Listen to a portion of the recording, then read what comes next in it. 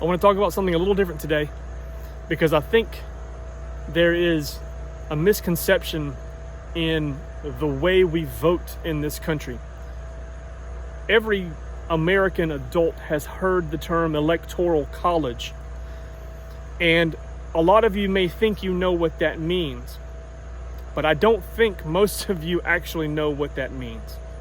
I'm going to give you a crash course on what the electoral college is as it's described in the Constitution of the United States. Article 2 of the Constitution talks about the functions of the presidency as well as how he or she is elected. So here we go. And I'm not going to read every line because some of it's not important for what it is we're talking about here today. Each state shall appoint in such manner as the legislature thereof may direct a number of electors equal to the whole number of senators and representatives to which the state may be entitled in Congress. That means each state will have one elector for each member of Congress from that state. I'm in North Carolina. We have 14 members in the House of Representatives. We have 2 in the Senate. So North Carolina will have 16 electors. Those electors are selected by the state legislature. Okay? The electors shall meet in their respective states and vote by ballot for 2 persons. They shall make a list of all the persons voted for and the number of votes for each, which list they shall sign, certify, and transmit sealed to the seat of the government of the United States, directed to the President of the Senate. You vote on November the 5th. You think you're voting for the president on November the 5th.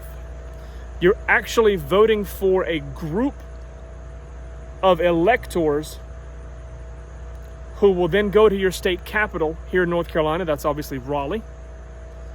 You're going to vote on a group of electors to go to Raleigh in December and vote for the president and the vice president. They vote for 2 people. When those people cast their votes for the president and the vice president, those votes are signed and certified by the Secretary of State of the state that you live in, and those votes are sealed, put in an envelope, sealed, and sent to the President of the United States Senate.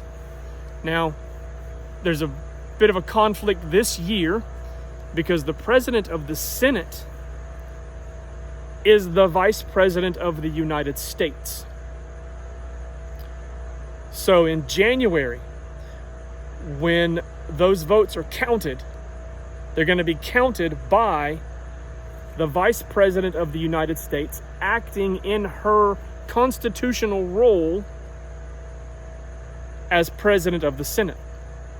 That's potentially problematic. Let's hope not, but could be.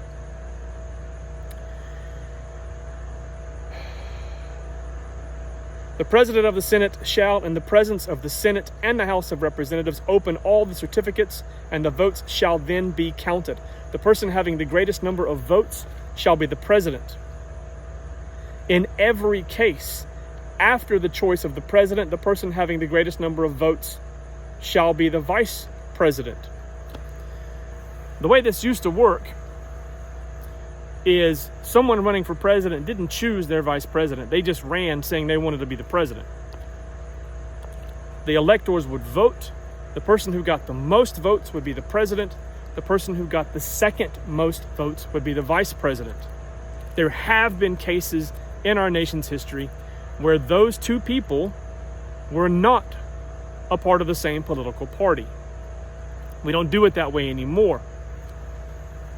I'm not sure why or how that changed because the Constitution didn't change. So I'm not sure how we got to where we are today. But the main point of this video today was to let you know that on November the 5th, I'm not going to be voting for the president. You're not going to be voting for the president. And unless you are one of those 16 electors, or know one of those 16 electors from North Carolina, you probably don't personally know anyone who's going to be voting for the President of the United States. Now, the way those electors are chosen today is each political party selects 16 individuals from within their party to act as their group of electors.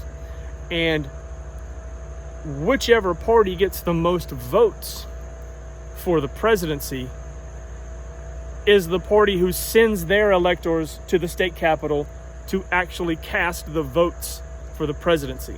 So you're not voting for the president on November the 5th. You're voting for a party. And the party that gets the most votes gets to send their electors to the state capitol, and those electors vote for the president. Now, why doesn't your ballot say that? That's an outstanding question. It's a question that you should be asking your state legislators. And to be honest with you, it's something that could be changed. Something that I think should be changed, if for no other reason than most people don't have a clue who it is they're voting for on November the 5th. It is constitutionally possible for your state legislator to say, moving forward, we will not put the name of the presidential candidate on our ballots. We will instead put the name of the party and their electors on our ballot. That's possible. That can be done. I think it should be done, unless you want to change this. It's not something I'm willing to do right now. I like the way this is written. I'm okay with the Electoral College. What I'm not okay with is political parties lying to voters and tricking them into believing that they are voting for someone that they are not voting for, that they are not even entitled to vote for. We can change that. You can change that in your state. We can change that in my state. All it takes is putting the right people in the right positions of authority in your state government. Those people can make these changes. You want to really shake up the system. You want to see monumental changes in the political system, in the economic system of our nation. You put the right people in the right positions of authority in your state, people who will put this first, and you can see unimaginable changes in your life.